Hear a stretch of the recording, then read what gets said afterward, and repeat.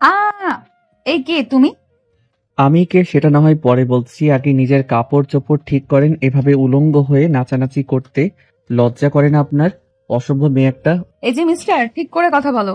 এটা আমার বাড়ি আর এই বেডরুমটা একান্তই আমার ব্যক্তিগত। সেখানে কখনোই কেউ প্রবেশ করে না। তাই আমার রুমে কি করব না করব সেটা একান্তই আমার ব্যক্তিগত ব্যাপার। ও আচ্ছা, তাই বুঝি। তাই বলে আপনি সবসময় এইভাবে রুমের দরজা খুলে রেখে কাপড় চোপড় খুলে নাচানাচি করেন, তাই না?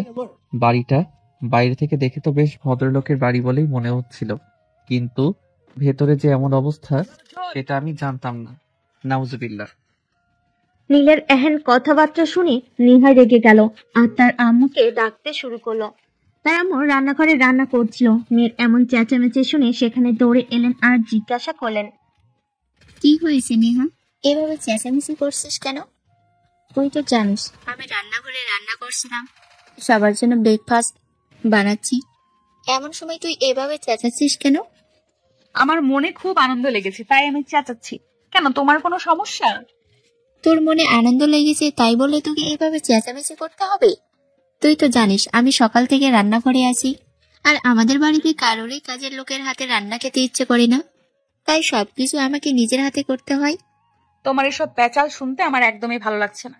তুমি আগে আমাকে এটা বলো, এই হনুমানটা এখানে কোথা থেকে এসে জুড়েছে আর সরাসরি আমার রুমে কেন? তুমি তো জানো আমার রুমে আমি আমার মতো করে থাকি, আমি ড্রেস চেঞ্জ করছিলাম, এমন সময় এই হনুমানটা চলে এসেছে। নেহার মুখ থেকে এই কথা শুনে নেহার আম্মু নীলের দিকে ফিরে তাকালো আর তিনি নীলকে দেখে একদম অবাকের চূড়ান্ত সীমানায় পৌঁছে গিয়ে বলতে থাকেন, আরে বাবা, এটা আমি কাকে দেখছি? নীল, তুমি কখন এলে? আর তুমি এখানে আসবে সেটা তো তোমার আঙ্কেল বা অন্য কেউ আমাকে বলেনি। আসলে আঙ্কেলের হয়তো আপনাকে বলতে মনে ছিল না। আমি তো আঙ্কেলের সঙ্গে কথা বলি, তারপরে এসেছি। আসলে আব্বু আমাকে এখানে পাঠিয়েছে।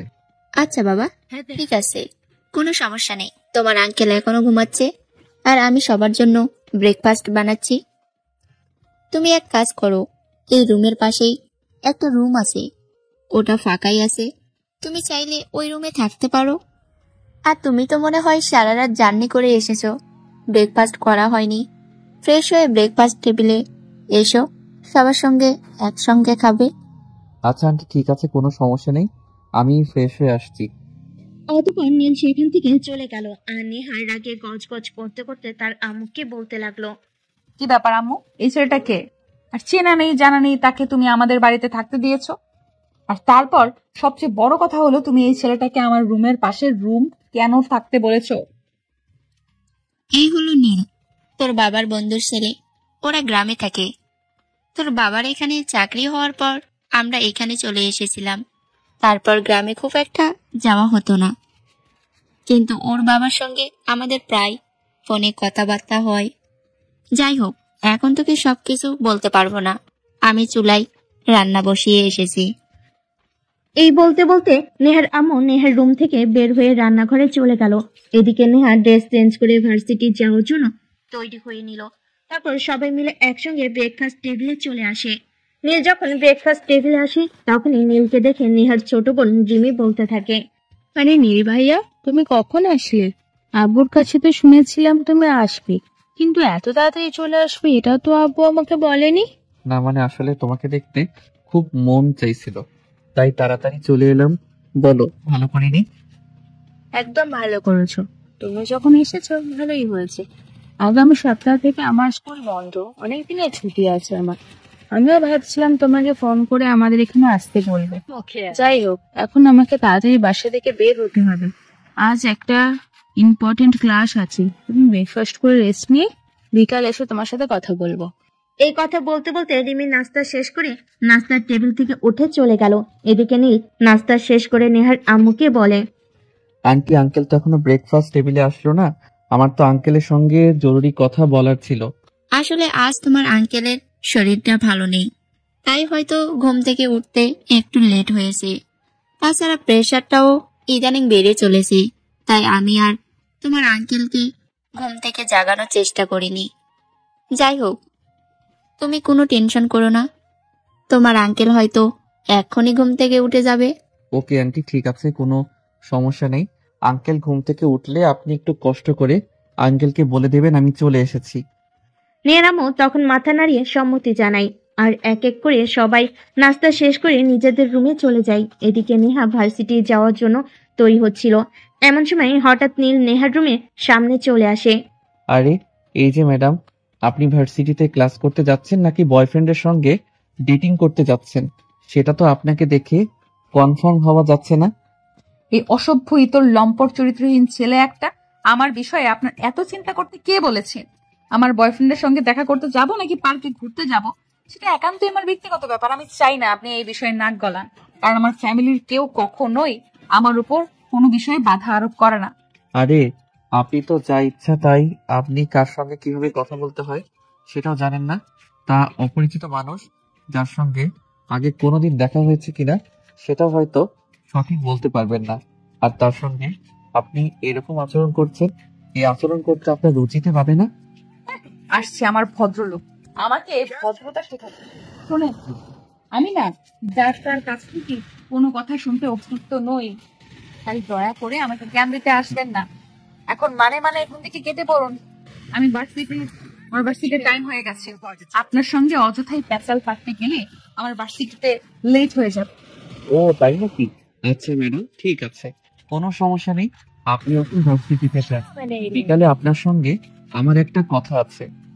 কোন ফালতু মার্কা ছেলে পেলের কথা শোনার সময় আমার নেই। আর হ্যাঁ মিস্টার, আপনি যদি এই বাড়িতে কয়েকদিন থাকেন তাহলে ভদ্রভাবে থাকতে হবে, কারণ এটা ভদ্রলোকের বাড়ি। আর কোন অশুদ্ধ অভদ্রলোকের জায়গা এই বাড়িতে হয় না। এই কথাগুলো বলতে বলতে নেহার রুম থেকে বের হয়ে ভার্সিটিতে চলে যেতে চাইছিল। এমন সময় হঠাৎ নীল লক্ষ্য করলো নেহা একটা মিনি কাট আর হট প্যান্ট পরে বাইরে বেরোচ্ছে।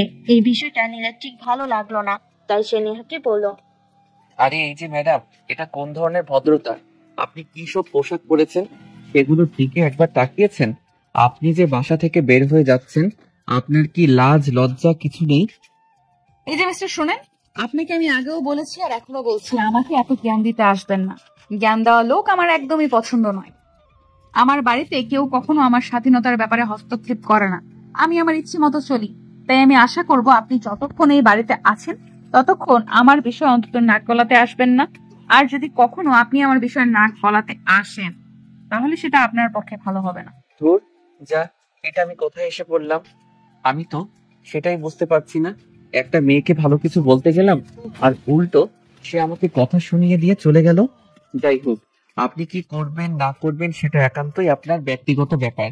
এই বিষয়ে কথা বলার কোনো ইচ্ছে বা আগ্রহ আমার নেই। তবে আমার মনে হয়েছিল আপনার মতো যুবতী একটা মেয়ের এসব পরে বাইরে যাওয়া উচিত নয়, তাই বলেছিলাম। আমি যদি এই কথাটা বলে খুব বেশি ভুল করে থাকি তাহলে আমি সরি, আমাকে ক্ষমা করবেন। একদম ঠিক বলেছেন। যাই হোক, আপনাকে ক্ষমা চাইতে হবে না। নিজের ভুলটা বুঝতে পেরেছেন সেটাই অনেক। আর হ্যাঁ, নেক্সট টাইম এমন ভুল কখনো করবেন না। এই বলে নেহা হনহন করে বাসা থেকে বের হয়ে চলে গেল। এদিকে দেখতে দেখতে প্রায় 1-1.5 ঘন্টার মতো সময় কেটে গেল। তখনই হঠাৎ নেহার আম্মু নীলের রুমে আসলো আর বলতে লাগলো, তা বাবা, তোমার বাবা মা কেমন আছে সেটা তো বললে না। আসলে সকাল থেকে কাজের অনেক চাপে আছি, তাই তোমার সঙ্গে সেভাবে কথা বলার সময়টুকু হয়ে ওঠেনি। কোনো ব্যাপার নয়, বাবা মা আছে, এই তো মোটামুটি ভালোই। আসলে আন্টি, আমি পড়াশোনা শেষ করেছি। এই মুহূর্তে একটা চাকরি আমার খুবই প্রয়োজন, কিন্তু আমার বাবার আর্থিক অবস্থা সেটা তো আপনারা জানেনই। কোথাও চাকরির জন্য গেলেই প্রথমেই সবাই বড় অঙ্কের একটা ঘুষ চায়, কিন্তু সেটা দেওয়া আমার কিংবা আমার বাবার পক্ষে সম্ভব হয়ে ওঠে না, তাই আর চাকরিটা হচ্ছে না। তো সেদিন বাবা আঙ্কেলের সঙ্গে কথা বলেন আর আঙ্কেল আমাকে এখানে আসতে বললেন। ও, এই ব্যাপার আমি বুঝতে পেরেছি। যাই হোক, কোনো সমস্যা নেই। তুমি যখন আমাকে বলেছো, আমি নিজেও তোমার আঙ্কেলের সঙ্গে এই ব্যাপারে কথা বলবো এবং যতটুকু সম্ভব তোমাকে সহযোগিতা করার চেষ্টা করব। যাই হোক, তুমি কোনো টেনশন নিও না। তোমার আঙ্কেল যখন আছে তখন কোনো একটা ব্যবস্থা হয়ে যাবে। Okay aunty, thank you so much. আচ্ছা আন্টি, আপনাকে একটা কথা বলার ছিল। আপনার ছোট মেয়েটা তো অনেক ভালো, ভদ্র আর মিশুক প্রকৃতির, কিন্তু আপনার বড় মেয়েটা এমন কেন? কেমন যেন হিংসুটি টাইপের। আসলে বাবা, নিয়া ছোটবেলা থেকে এরকম কারোর সঙ্গে খুব একটা মিশতে চায় না, আর একটু হিংসুটে টাইপের। যাই হোক, ওর ব্যবহারে তুমি কষ্ট পেয়ে থাকলে তার জন্য আমি তোমার কাছে ক্ষমা চেয়ে নিচ্ছি। নেহার মায়ের এহেন কথা শুনে নীল অনেকটা অপ্রস্তুত অবস্থায় পড়ে গেল। আন্টি তার কাছে ক্ষমা চাইছে, বিষয়টা ঠিক মানা যায় না। তাই সে বসা থেকে উঠে দাঁড়িয়ে আন্টির হাত দুটো ধরে বলতে থাকে, আরে আন্টি, এসব আপনি কি করছেন? আপনি কেন আমার কাছে ক্ষমা চাইছেন? আপনি আমার মায়ের মতো, আর নেহা আমার চাইতে বয়সে ছোট। তার এই ব্যবহারে আমি কিছু মনে করিনি, জাস্ট আপনাকে বললাম। আচ্ছা বাবা, ঠিক আছে, কোনো সমস্যা নেই, তুমি বিশ্রাম করো। আমার কাজ আছে, আমি কাজ করছি। আর হ্যাঁ, তোমার কোনো কিছু প্রয়োজন হলে আমাকে বলবে। আর দুপুরে আমি একটু বাইরে যাব, তোমার জন্য দুপুরের খাবারটা টেবিলে রেখে যাব, টাইমলি খেয়ে নিও। এই কথা বলতে বলতে নেহার আম্মু নীলের রুম থেকে বের হয়ে বাইরে চলে গেল। এদিকে নীল রুমে বসে বসে একা বোরিং ফিল করছিল। তাই সে মোবাইলটা হাতে নিয়ে ফেসবুকের নিউজ ফিডে ঘোরাঘুরি করতে থাকে। এভাবে সময় কখন যেন কেটে গেল সে টেরই পেল না। এদিকে বিকেল হয়ে এলো, রিমি স্কুল থেকে চলে এসেছে। তখন প্রায় বিকেল 3টা বাজে। তখনই রিমি সোজা নীলের রুমে চলে আসে আর নীলকে দেখে বলতে থাকে, এই যে নীল ভাইয়া, আমি চলে এসেছি। তাই নাকি? ভালোই হয়েছে, আমিও অনেকক্ষণ ধরে তোমার জন্য ওয়েট করছিলাম। এখন যাও, তাড়াতাড়ি করে রেডি হয়ে নাও, তোমাকে নিয়ে ঘুরতে বের হব। নীল আর রিমি এই কথাগুলো বলাবলি করছিল। তখন নেহা সেখানে এসে উপস্থিত হয় আর বলতে থাকে, কিরে রিমি, কি হয়েছে? তুই এই ছেলেটার সঙ্গে কোথায় যাচ্ছিস? কোথায়? আমার নীল ভাইয়া আমাকে নিয়ে ঘুরতে যাবে আর আমি তার সাথে ঘুরতে যাব। তুমিও যাবে নাকি? গেলে আমার সঙ্গে যেতে পারো। আরে না রিমি, একদমই নয়। তোমার বোনকে আমাদের সঙ্গে নেওয়া যাবে না। তোমার বোনের যে হিংসুটে মন। এই রে আইসে আমার দয়ার সাগর, মায়ার সাগর, আপনার সঙ্গে যেতে কে চাইছে? আমি নিজেই তো আপনার সঙ্গে যাব না। আপনি কি করে ভাবলেন আপনার মতো চরিত্রহীন লম্পট একটা ছেলের সঙ্গে আমি যাব? এই যে ম্যাডাম, ঠিক করে কথা বলুন। আপনি কাকে চরিত্রহীন লম্পট বলছেন? আপনার নিজের চরিত্র ঠিক আছে? উলঙ্গ হয়ে রুমের মধ্যে নাচানাচি করেন আর আরেকজনকে চরিত্রের দোষ দিতে আসেন। এই ছেলে, ভদ্রভাবে কথা বলছি। তোকে আমি তখনও বলেছি আর এখনো বলছি, আমার রুমের মধ্যে কি করব না করব সেটা আমার ব্যক্তিগত ব্যাপার। আমি তার কৈফিয়ত তোকে দেব না। আশা করি বুঝতে পেরেছিস। এত বুঝে আমার কাজ নেই। এই রিমি, তুমি যাবে আমার সঙ্গে নাকি আমি বের হয়ে যাব? তোর মতো চরিত্রহীন লম্পট একটা ছেলের সঙ্গে আমার বোন কোথাও যাবে না। তোর যেখানে যাওয়ার ইচ্ছা তুই যা। আমার সহজ সরল বোনটাকে ভুলিয়ে ভালিয়ে নিয়ে গিয়ে আকাম করবি, সেসব আমি থাকতে হতে দেব না। আবু, তুই কিন্তু এখন একদম বেশি বাড়াবাড়ি করছিস। তুই কাকে চরিত্রহীন লম্পট বলছিস? নীল ভাইয়াকে? তুই তো তার সম্পর্কে কোনো কিছু জানিস না, তাহলে তার সম্পর্কে এরকম কথা বলছিস কি করে? বলা নেই কওয়া নেই, হঠাৎ একটা মেয়ের রুমে যে ঢুকে পড়তে পারে তাকে এর চেয়ে বেশি ভালো বলা আমার পক্ষে সম্ভব নয়। তোর ইচ্ছে থাকলে তুই করতে পারিস। আমি তো সেটাই করছি, তাহলে তুই আমাকে বাধা দিচ্ছিস কেন? আমি তো নীল ভাইয়ের সঙ্গে ঘুরতে চাইছি। এখানে তোর সমস্যাটা কোথায় হচ্ছে আমি সেটাই বুঝতে পারছি। এই বলে রিমি সেখান থেকে চলে গেল নিচের রুমে আর তারপর রেডি হয়ে নিচে চলে আসে। আর নীল তো অনেকক্ষণ আগে থেকে সেখানে বসে অপেক্ষা করছিল রিমি আর নীল দুজনের বাসা থেকে বের হতে যাবে। এমন সময় পেছন থেকে নেহা বলতে থাকে, এ দাঁড়া, আমি তোদের সঙ্গে যাব। অপরিচিত অচেনা একটা ছেলের সঙ্গে আমি আমার বোনকে একা একা কোথাও যেতে দেব না। তাই নাকি? আপনার নিজেরই আমার সঙ্গে ঘুরতে যেতে ইচ্ছা করছে, সেটা সরাসরি বলেন। এত পেঁচানোর কি আছে? আমার মতো স্মার্ট, হ্যান্ডসাম, গুড লুকিং দেখতে একটা ছেলের সঙ্গে ঘুরতে যাওয়া তো ভাগ্যের ব্যাপার। আইসে আমার হ্যান্ডসাম গুড লুকিং রে। তুই তোর নিজের চেহারা কোনোদিন আয়নায় দেখেছিস? যদি নিজের চেহারা কোনোদিন আয়নায় দেখতি তাহলে এই ভুল ধারণাটা ভেঙে যেত। নেহার এমন কথা শুনে নীল তো প্রচন্ড পরিমাণ খেপে গেল আর বলতে লাগলো, রিমি, তোমার বোনকে বলে দাও ভদ্রভাবে কথা বলতে। আমার যদি মেজাজ খারাপ হয় তাহলে কিন্তু ওর কপালে খারাপ আছে বলে দিও। নিজের চরিত্রে ঠিক নেই। নিজেকে কি প্রিন্সেস ডায়না ভেবেছে নাকি? নিজের কদাকার চেহারা রেখে অন্যকে আয়নায় চেহারা দেখতে বলে। আমার চেহারা কেমন সেটা আমি নিজে খুব ভালো করেই জানি। আমার চেহারা যদি ভালো নাই হতো তাহলে ভার্সিটির 90% ছেলে আমার পেছনে ঘুরঘুর করতো না।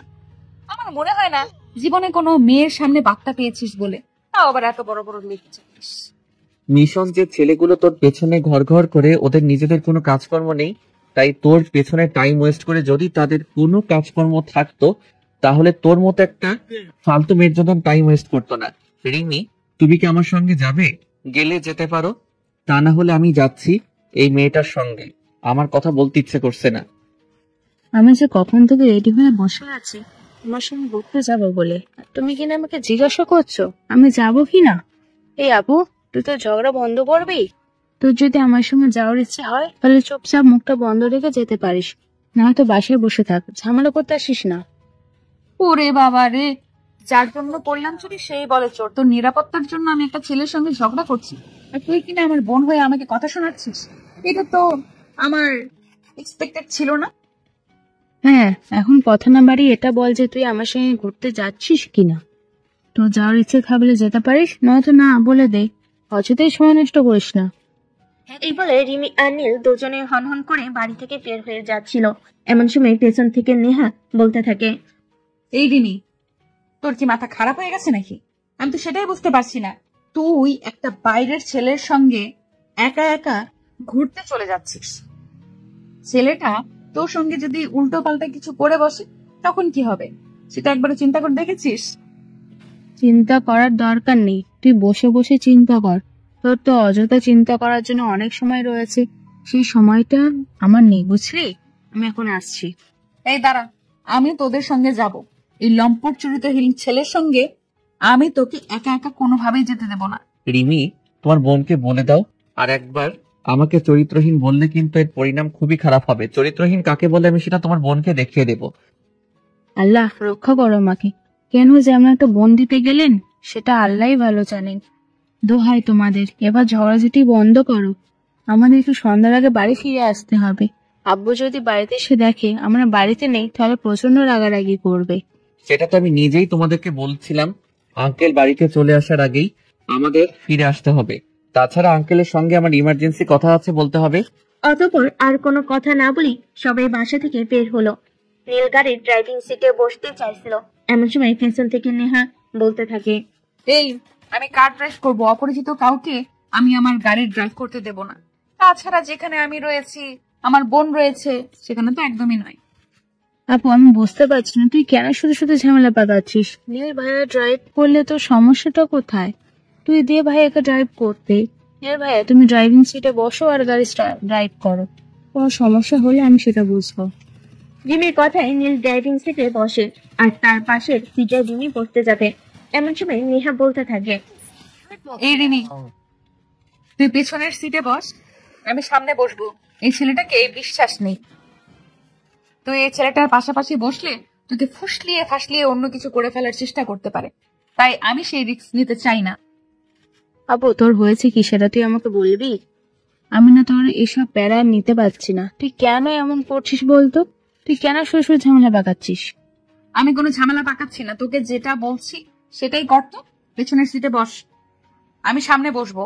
এই ছেলেটাকে আমি বিন্দু পরিমাণ বিশ্বাস করি না। তুমি এইভাবে আমার দিকে হা করে তাকিয়েছো কেন? চুপচাপ ড্রাইভ করো। নেহার সঙ্গে আর কথা বলে টাইম নষ্ট করার ইচ্ছে নীলের ছিল না, তাই সে চুপচাপ গাড়ি ড্রাইভ করতে লাগলো। প্রায় 1.5 ঘন্টার মতো সময় লাগলো তাদের গন্তব্য স্থলে পৌঁছাতে। তারা সেখানে বেশ কিছুক্ষণ ঘোরাঘুরি করলো। এদিকে দুপুর গড়িয়ে বিকেল হয়ে আসছিল, তাই রিমি নীলকে বলে, ভাইয়া, দুপুর 20 বিকেল হতে চলো, আমাদের তো কারোরই দুপুরে খাওয়া হয়নি, তাই ভাবছিলাম চলো আশেপাশে কোনো একটা রেস্টুরেন্ট থেকে কিছু খেয়ে নি, আমার খুব ক্ষুধা পেয়েছে। এই কথা শুনে তো নীল পড়ে গেল মহা বিপদে, কারণ এই মুহূর্তে রেস্টুরেন্টে নিয়ে গিয়ে খাওয়ানোর মতো পয়সা তার পকেটে নেই। সে পকেটে হাত দিয়ে দেখলো একটা 100 টাকার নোট পড়ে আছে, শুধু এটা দিয়ে কি করবে সেটাই নীল ভাবছিল। এমন সময় রিমি বলে, কি হলো ভাইয়া, তুমি এত কি চিন্তা করছো? আমি তো জানি তোমার পকেটে পয়সা নেই, আমি পয়সা নিয়ে এসেছি, পয়সা নিয়ে তোমাকে কোনো চিন্তা করতে হবে না। তুমি চলো তো আমার সঙ্গে। আর আপু, তুই দাঁড়িয়ে আছিস কেন, তুই যাবি না নাকি? যাবো না কেন? যাবো তো। আমি শুধু ভাবছি এই ফৈন্নি মার্কা ছেলেটার কথা। দুটো মেয়েকে নিয়ে ঘুরতে এসেছে, অথচ তাদেরকে নিয়ে রেস্টুরেন্টে খাওয়ানোর মতো পয়সা নেই। তাহলে ঘুরতে আসার কি দরকার? রাস্তায় দাঁড়িয়ে 1 ঘন্টা ভিক্ষি করলে তো পারতো। আপু, এখন কিন্তু একদম বেশি বাড়াবাড়ি হয়ে যাচ্ছে। তুই কিন্তু নীল ভাইয়াকে বারবার অপমান করেই চলেছিস, এগুলো কিন্তু ভদ্রতার মতো করে না, বলে দিলাম। তো কি করবো বল শুনি? এই অপদার্থ ছেলেটাকে কোলে নিয়ে আদর করবো নাকি? কেন, নীল ভাইয়াকে আদর করতে সমস্যা কোথায়? নীল ভাইয়ের মতো হ্যান্ডসাম একটা ছেলেকে আদর করতে আমার তো কোনো সমস্যা নেই। নীল ভাইয়া আমার চাইতে বয়সে অনেকটাই বড়, যদি সে আমার সমবয়সী হতো তাহলে আমি তাকে আমার বয়ফ্রেন্ড বানিয়ে নিতাম, হয়তো দুজন বিয়ে করে নিতাম। এই যে প্রেম রাশির কন্যা, আপনারা দুজনে যা করছেন আমি বাসায় গিয়ে সব আব্বুকে বলে দিব। দুটো লম্পট চরিত্রহীন নিজের চাইতে বয়সে এত বড় একটা ছেলেকে এইসব কথা বলতে তোর লজ্জা করে না? না, আমার লজ্জা করছে না, কারণ একদম হ্যান্ডসাম গুড লুকিং একটা ছেলেকে নিজের বয়ফ্রেন্ড বানাতে আমার কোনো সমস্যা নেই। আচ্ছা নীল ভাইয়া, তুমি নিজেই বলো, আমার বয়ফ্রেন্ড থেকে তোমার কোনো সমস্যা আছে? না, একদমই নয়। তোমার মতো কোচি আর ইয়াং একটা মেয়ের বয়ফ্রেন্ড হতে আমার কোনো সমস্যা নেই। তোমার বয়ফ্রেন্ড হতে পারলে আমার আরো নিজের অনেক ভালো লাগবে। যাই হোক, এখন চলো এখান থেকে। অতঃপর তারা সেখান থেকে সোজা একটা রেস্টুরেন্টে চলে আসে। সেখানে খাওয়া দাওয়া করে রিমি বিল পরিশোধ করে আর তারপরে সবাই মিলে বাসায় চলে আসে। সেদিন রাতে খাবার সবাই একসঙ্গে খায়। আর রাতের খাওয়া শেষ হলে নেহার আব্বু নীলকে বলে, নীল, খাওয়া দাওয়া শেষ করে তুমি একবার আমার রুমে আসবে। নীল, খাওয়া দাওয়া শেষ করে তুমি একবার আমার রুমে আসবে। আমি তোমার সঙ্গে কিছু কথা বলতে চাই, যেগুলো এখানে সবার সামনে বলা সম্ভব নয়, কারণ আমি আমার ফ্যামিলির লোকদের খুব ভালো করেই চিনি। আমি যদি এই বিষয়টা তাদের সামনে প্রকাশ করি, তাহলে তাদের মধ্যে কেউ একজন হলেও এই বিষয়টা নিয়ে ঝামেলা করবে। তাই আমি তোমার সঙ্গে পার্সোনালি কথা বলতে চাই। ওকে আঙ্কেল, ঠিক আছে। আমি খাওয়া শেষ করে আপনার রুমে চলে আসবো। আর আপনি যেটা বলছেন সেটা আমিও জানি। আপনার ফ্যামিলির মধ্যে সবাই কিন্তু ভালো মানুষ নয়। এই ছেলে একদম ভালো হবে না বলে দিচ্ছি। তুমি যে আমাকে উদ্দেশ্য করে কথাগুলো বলছো সেটা আমি খুব ভালো করেই জানি। আমার সঙ্গে তোমার কোন জন্মের শত্রুতা সেটাই আমি বুঝতে পারছি না। তুমি কেন বারবার এভাবে আমাকে ইঙ্গিত করে কথা বলো? ওরে বাবা, আমি আবার কখন তোমাকে ইঙ্গিত করে কথা বললাম? তুমি কি পৃথিবীতে স্পেশাল কিছু নাকি যে যাকে সবসময় আমাকে ইঙ্গিত করে কথা বলতে হবে? তোমাকে ইঙ্গিত করে কথা বলার কোনো ইচ্ছা আকাঙ্ক্ষা আমার নেই। তুমি আসলে নিজেকে যতটা স্পেশাল মনে করো ততটাও কারো কাছে স্পেশাল হতে পারোনি তুমি। তখন নেহা আর নীলের কথাই কোনো উত্তর দিল না। চুপচাপ খাবার শেষ করে নিজের রুমে চলে গেল। এদিকে নীল খাওয়া শেষ করে নেহার বাবার রুমে চলে আসে আর দরজার সামনে দাঁড়িয়ে বলে, আঙ্কেল, আমি কি ভিতরে আসবো? হ্যাঁ, অবশ্যই। আর তোমার বাবা আমার বন্ধু, আর তুমি আমার বন্ধুর ছেলে, কিন্তু তোমাকে আমি আমার নিজের ছেলের মতোই মনে করি। আর বাবার রুমে আসার জন্য কোনো ছেলেকেই অনুমতি নিতে হয় না। আর একটা কথা, এই বাড়িতে তোমার ততটাই স্বাধীনতা রয়েছে যতটা আমার দুই মেয়ের জন্য আমি রেখেছি। তাই কোনো বিষয়ে কখনোই কোনো দ্বিধাবোধ করবে না। যখন যেটা প্রয়োজন হবে তখন সেটা আমার কাছে কিংবা তোমার আন্টির কাছ থেকে চেয়ে নেবে। আচ্ছা আঙ্কেল, ঠিক আছে, কোনো সমস্যা নেই। এখন আপনি আমাকে এটা বলুন যে কেন ডেকেছেন, আর আমার চাকরির বিষয়ে কিছু কি ভেবেছেন?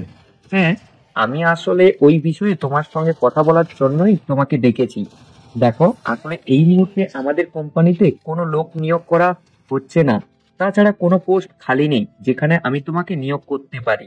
তবে কোনো সমস্যা নেই, আমি আমার পরিচিত একজনের সঙ্গে কথা বলেছি। ওদের কোম্পানিতে ম্যানেজমেন্ট ডিপার্টমেন্টে একজন লোক নিয়োগ করা হচ্ছে। তাই আমি তোমার ব্যাপারে ওদের সঙ্গে কথা বলেছি। আর আগামীকাল সকালে তুমি রেডি থাকবে, আমাদের ড্রাইভার তোমাকে ওখানে নিয়ে যাবে। ওকে আঙ্কেল, ঠিক আছে, কোনো সমস্যা নেই। আমার আসলে একটা চাকরি প্রয়োজন, সেটা যেখানেই হোক আর যে চাকরি হোক না কেন। যাই হোক, তাহলে আঙ্কেল আপনি রেস্ট করুন, আমি আসি।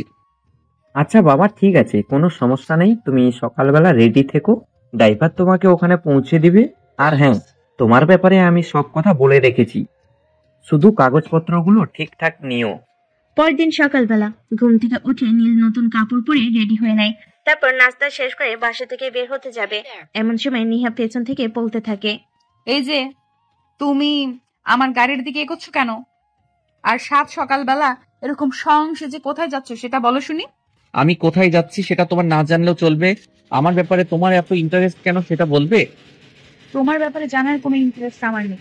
আমি শুধু তোমাকে এইটুকুই বলছি যে তুমি আমার গাড়ির দিকে কেন যাচ্ছ। আমি তো এখন ভার্সিটিতে যাব, ড্রাইভার আমাকে ভার্সিটি পর্যন্ত পৌঁছে দেবে। ম্যাডাম, স্যার বলেছেন ওনাকে এক জায়গায় নিয়ে যেতে। আমি তো আজ আপনাকে নিয়ে যেতে পারবো না, আপনাকে অটোতে করে আজ ভার্সিটিতে যেতে হবে। হোয়াট? আপনার কি মাথা খারাপ হয়ে গেছে? আমি অটোতে করে ভার্সিটিতে যাব? ইম্পসিবল। অটোতে করে ভার্সিটিতে গেলে আমার কি মান সম্মান থাকবে?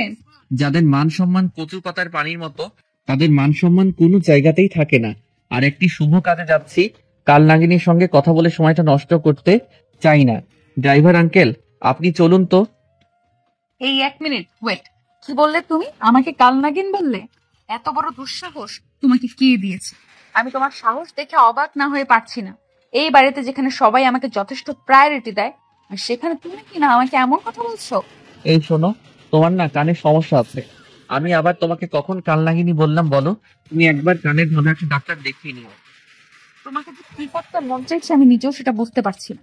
প্রথমে আমাকে কাল নাগিনী বললে, আর এখন আবার আমাকে বলছো কানে সমস্যা। আসলে তোমাদের মতো ছেলেদের যে কি করা উচিত সেটা আল্লাহই ভালো জানেন।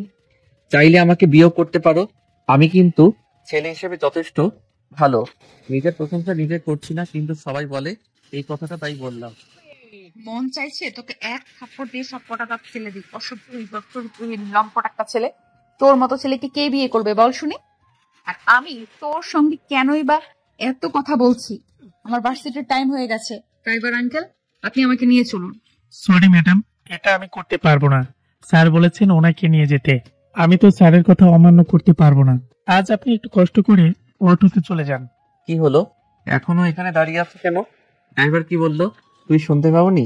অটোতে করে চলে যাও, আজ তোমার গাড়িতে যাওয়া হবে না। আর আমি আসছি, টাটা, বাই বাই। তেরি কিছু ভালো লাগে না। এই অকর্মার ঢেকে কোথা থেকে এসে জুটেছে সেটাই বুঝতে পারছি না। যাই হোক, এর সঙ্গে আমার এত কথা বলে কোনো কাজ নেই। আমার ভার্সিটির সময় হয়ে গেছে, আমাকে যেতে হবে। এই অটো দাঁড়াও। সেদিন বিকালবেলা বাসায় ফিরে নেহার আগে গজগজ করতে করতে তার আম্মুকে ডাকতে থাকে। তার আম্মু তখন সমস্ত কাজকর্ম শেষ করে নিজের রুমে শুয়ে একটু বিশ্রাম নিচ্ছিল। নেহার এমন চিৎকার চেঁচামেচিতে তিনি একটু বিরক্ত বোধ করলেন আর রুম থেকে বের হতে হতে বললেন, কি ব্যাপার? কি হয়েছে? কি সমস্যা তোমার? তুমি কি চিৎকার চেঁচামেচি ছাড়া থাকতে পারো না নাকি? যতক্ষণ বাড়িতে থাকবে ততক্ষণ তুমি বাড়িটা মাথায় তুলে রাখবে। তুমি পেয়েছোটা কি? আমি সেটাই বুঝতে পারি না। আমি কি পেয়েছি মানে? তুমি আমার সঙ্গে এরকম বিহেভ করছো কেন? বাড়িতে যে একটা ছেলে এসেছে, এই ছেলেটা আসছে দিন থেকে আমাকে জ্বালিয়ে মারছে, সেটা তোমার চোখে পড়ছে না? নীল আবার তোমাকে কি করলো? সে তো তার মতোই আছে। দেখছি তুমি তার পিছনে কেন পড়েছো সেটা দয়া করে বলবে আমাকে। ওই ছেলেটা সকালবেলা আমার গাড়ি কেন নিয়ে গেল? বাড়ির সবাই জানে সকালবেলা ড্রাইভার আমাকে ভার্সিটি পর্যন্ত পৌঁছে দেয়, কিন্তু আজ কেন আমাকে অটোতে করে ভার্সিটিতে যেতে হলো?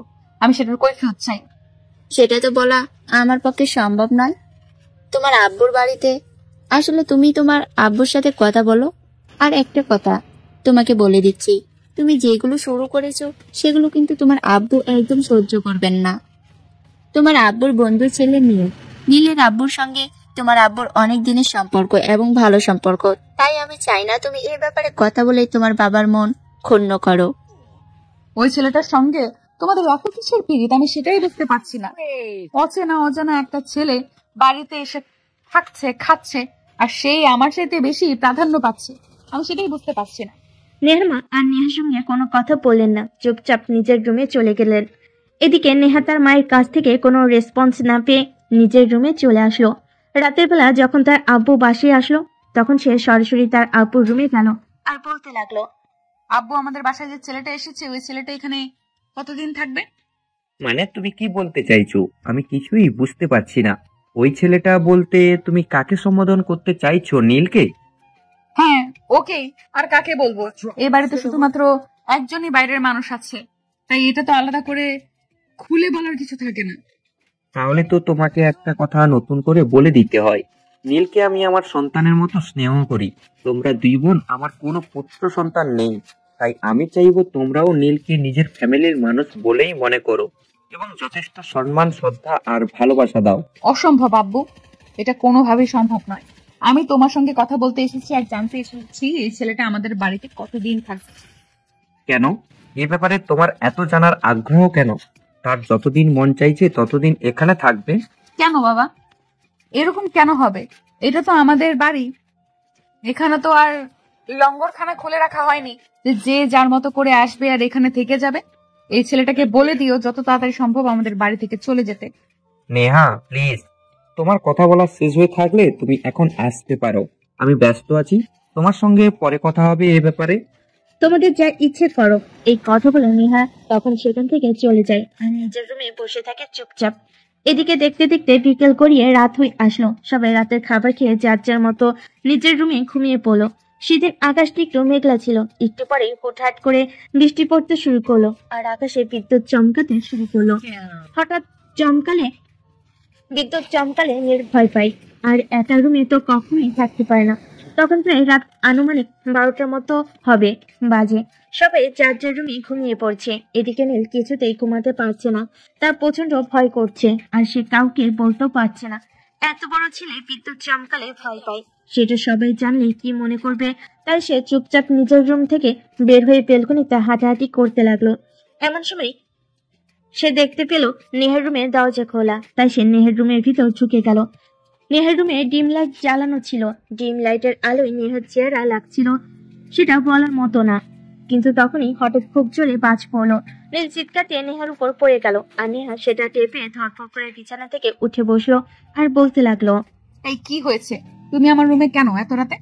আসলে বাইরে খুব বিদ্যুৎ চমকাচ্ছে, আর বিদ্যুৎ চমকালে আমি খুব ভয় পাই। তাছাড়া বাস পড়ছে, তাই আমি একা থাকতে খুব ভয় পাচ্ছিলাম। তো আমি কি করব? তুমি আমার রুমে কেন এসেছো? বাড়িতে এতগুলো অন্য কারোর রুম, যাওয়ার প্রয়োজন পড়লে আব্বুর রুমে গিয়ে আব্বুর সাথে ঘুমাও, আমার রুম থেকে বের হয়ে যাও। আরে তোমার কি মাথা খারাপ হয়ে গেছে নাকি যে এখন আমি আঙ্কেলকে ঘুম থেকে জাগাতে যাব? আঙ্কেল সারাদিন পরিশ্রম করে বাসায় এসেছে, এখন বিশ্রাম নেবে, তাকে ঘুম থেকে জাগানোটা কি ঠিক হবে না? তাহলে নিজের রুমে গিয়ে ঘুমাও, আমাকে বিরক্ত করো না। আর একবার যদি আমাকে বিরক্ত করেছো তাহলে কিন্তু আমি চিৎকার চেঁচামেচি করতে শুরু করব, আর বাড়ির সবাইকে বলে দেবো তুমি অসৎ উদ্দেশ্য নিয়ে আমার রুমে এসেছো। নীল তখন কোনো উপায়ান্তর না পেয়ে আস্তে আস্তে নিজের রুমের দিকে পা বাড়ালো, কিন্তু ঝড়ের গতিতে ক্রমশই বেড়ে চলছিল। এদিকে নীল ছোট্ট বাচ্চার মতো ভয়ে কুঁকড়ে যাচ্ছিল, তাই সে কোনো উপায়ান্তর না পেয়ে আবার নেহার রুমে চলে যায়। আর নেহা তখন অভয়ে ঘুমোচ্ছিল। নীল তখন নেহাকে ঘুম থেকে না জেগে চুপি চুপি নেহার বিছানায় চলে যায় আর কম্বলের নিচে ঢুকে পড়ে। নীল একজন পরিপূর্ণ যুবক আর নেহা একজন পরিপূর্ণ যুবতী। এই প্রথমবার নীল কোনো মেয়ের এতটা কাছাকাছি। চুম্বককে যেমন লোহাকে আকর্ষণ করে, তেমনি নেহা নীলকে আকর্ষণ করছিল। তাছাড়া নেহা দেখতে যথেষ্ট সুন্দরী, রূপবতী এবং গুণবতী একটা মেয়ে। তাকে দেখলে যে কোনো ছেলে প্রেমে পড়বে, এরকমটাই তার চেহারা। আর নীলও খুব সুদর্শন একটা ছেলে। তাছাড়া রাতও ছিল মাঝামাঝি।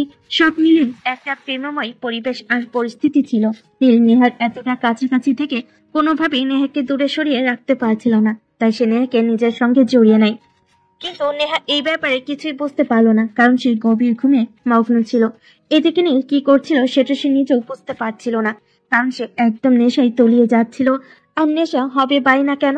চুম্বক যদি লোহার কাছে থাকে তাহলে তো লোহাকে তার কাছে টানবে। নীল আস্তে আস্তে নেহার শরীরে তার হাত রাখে। নেহার শরীরে হাত দিতে এসে একটা অন্যরকম অনুভব করে। নেহার শরীরটা অনেকটা উষ্ণ ছিল, আর এদিকে নীল অনেকক্ষণ সময় রুমের বাইরে থাকায় তার শরীর অনেকটা ঠান্ডা ছিল। তাই সে নেহাকে নিজের একটু একটু করে কাছে টানতে থাকে। এমনই করতে করতে সে যেই না নেহার বুক পর্যন্ত হাতটা নিয়ে যাবে, তখনই নেহার ঘুম ভেঙে যায় আর নেহা লাফ মেরে বিছানা থেকে উঠে বসে।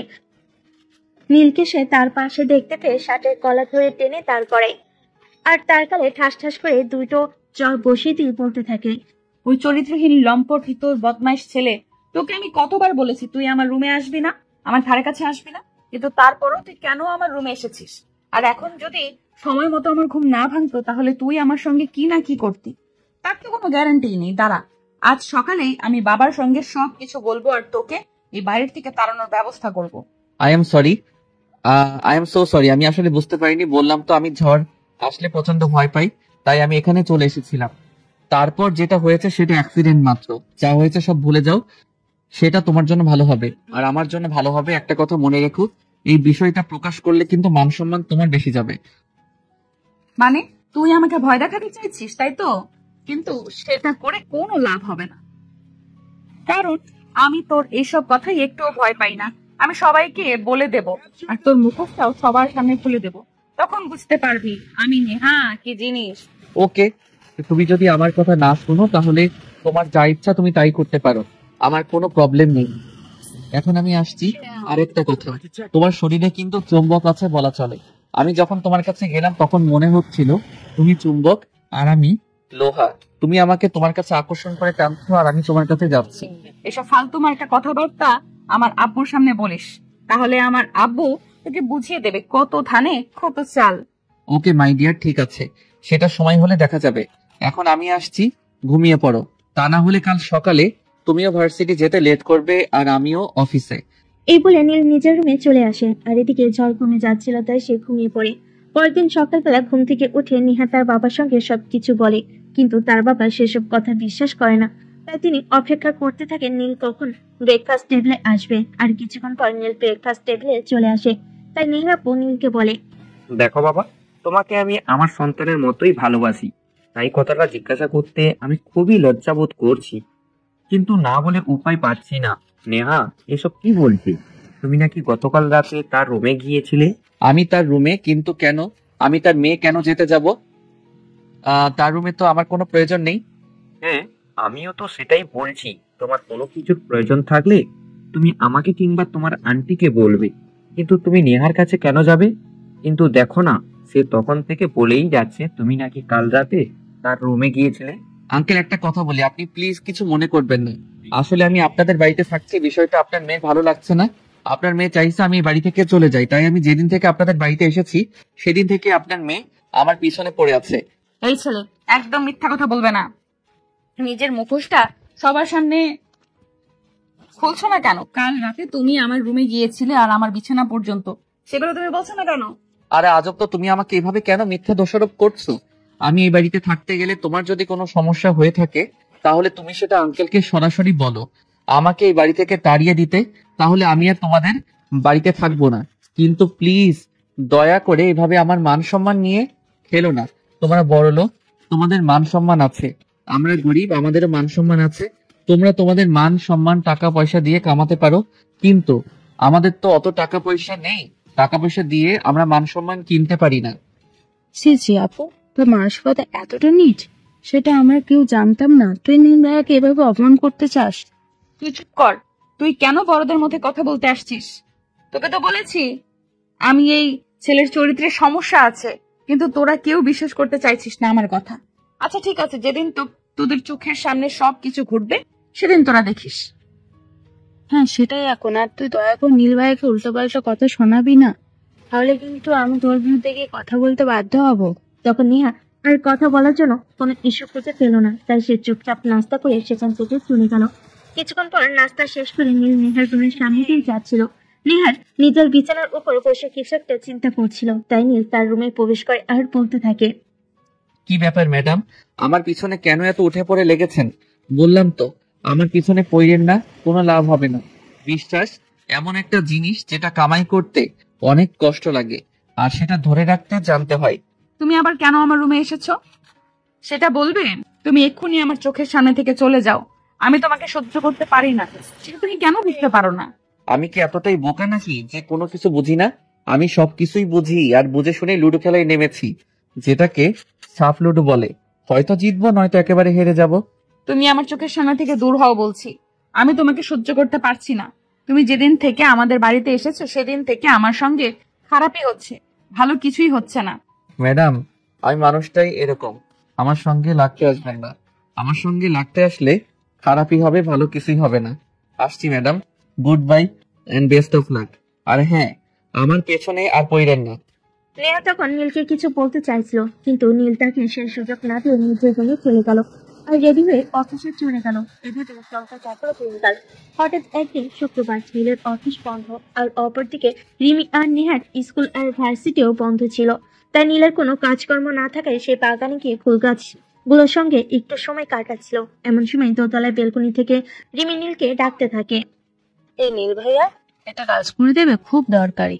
তোমার কোনো দরকারি কাজ আর আমি সেটা করে দেব না, এমনটা হতে পারে না। কি বলে ফেলো, কি কাজ, আমি এক্ষুনি করে দিচ্ছি। ভাই আসলে একটা ইনভিটেশন যাওয়ার আছে, তাই বলছিলাম একটা গিফট কিনে দিতে, তাহলে ভালো হতো। হ্যাঁ ঠিক আছে, সেটা না হয় বুঝলাম, কিন্তু কার ইনভাইটেশনে আর কোথায় যাচ্ছ? আমাকে তোমার সাথে নিবে তো? এই না, একদম না। এই তোর বদমাইশ চরিত্রহীন লম্পট ছেলেটাকে কোনোভাবেই আমাদের সঙ্গে নেওয়া যাবে না।